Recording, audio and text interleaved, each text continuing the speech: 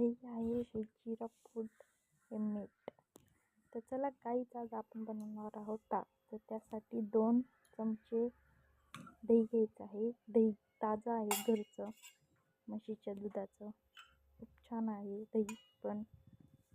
चला तर मग आता सुरुवात करूया ताक बनवायला. ताक असं हे हेल्दी असतं.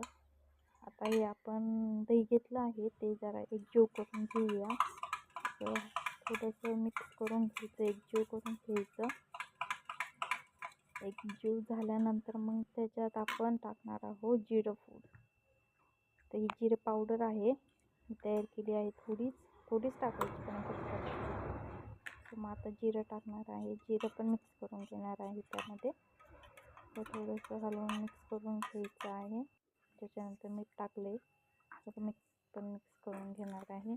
अर्धा कप पाणी घ्यायचं आहे, अर्धा ग्लास. दह्यापेक्षा जास्त पाणी घ्यायचं आहे, ते पण मिक्स करून घ्यायचं आहे. थोडं मीठ टाकते, तुम्हाला पाहिजे तेवढं मीठ टाकायचं. शेंगदाणा नमक टाकायचं, पण आता सध्या माझ्याकडे शेंगदाणा नमक नव्हतं त्यामुळे मी साखर मीठ टाकलं आहे. आता असं मस्तपैकी मिक्स करून घ्यायचं आहे.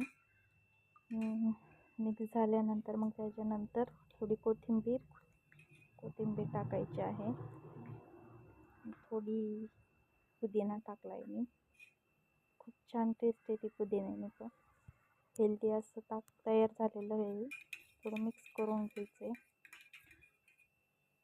बघू शकता तुम्ही किती छान झालं आहे हे ताक.